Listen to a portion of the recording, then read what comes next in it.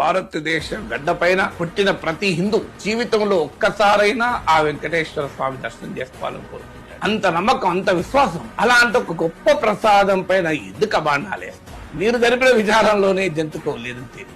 TDP వారు వైసీపీని attack చేస్తారనుకుంటున్నారు. మీరు పదే పదే జంతుకోవు అని 1000 సార్లు మీ అనుకూల మీడియాలో రాయించుకొని అల్టిమేట్ గా ఎవరిని అటాక్ చేశారు? మీరు దేవుని ప్రసాదాన్ని అటాక్ చేశారు. పరమ పవిత్రమైన తిరుమలను అవమానించారు. వెంకటేశ్వర స్వామి భక్తులకు ఆవేదన కలిగించారు. ఇప్పుడు ఎనిమల్ ఫ్యాట్ కల్తీ చేసిన వారు నేరస్తులు. జరగని కల్తీ గురించి జరిగిందని చెప్పిన వాళ్ళు మన నేరస్తులు కారా? ఇప్పుడు జంతుకోవని జరిగిన ప్రచారానికి ఎవరు బాధ్యత వహించాలి? 10% ఉండొచ్చు కదా అని నిన్న టీడీపీ అనుకూల మీడియాలో చర్చలు. విచిత్రంగా వాళ్ళేసిన సీట్ లోనే రూల్ అవుట్ చేసినాక ఇంకా ఉండొచ్చు, జంతుకోవే కలిసి ఉంటుంది. అరే లడ్డు గౌరవించడం అవుతున్నది. సో క్లియర్ గా అర్థమవుతుంది కదా, దేవుని కోసం కాదు, ఇది కేవలం మీ రాజకీయాల కొరకు చేస్తున్నారు. రాజకీయ కల్తీతో మాత్రం దేవుణ్ణి అపవిత్రం చేయకండి.